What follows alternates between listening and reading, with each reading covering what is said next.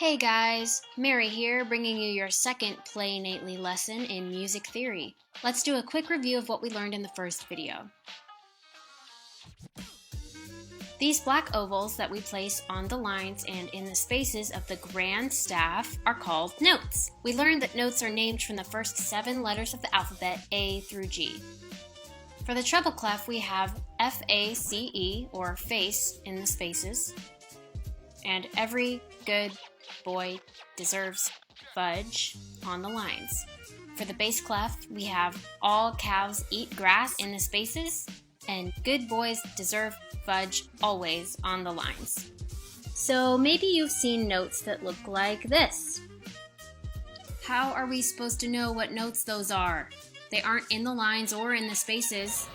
Why don't you explain this to me like I am an 8-year-old?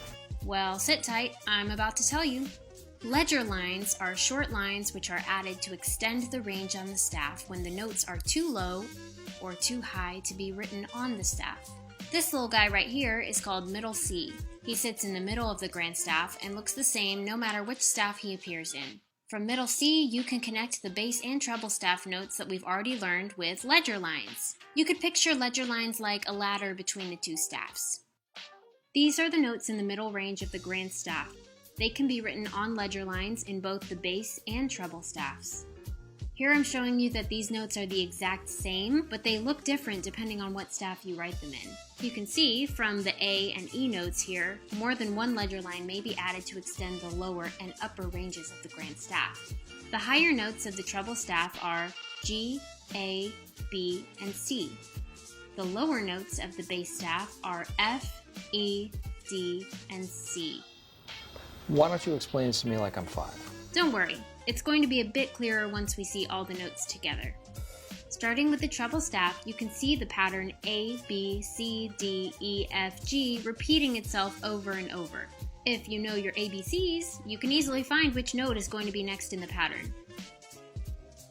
With the bass staff, I'm starting with E and working my way down to low C. When we go down in pitch, we go backwards in our alphabet pattern.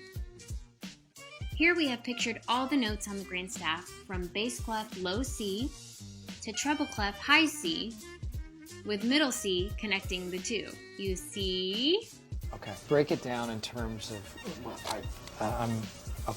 I think I'm getting you. Alright, well that wraps up today's lesson, folks. Thanks for watching.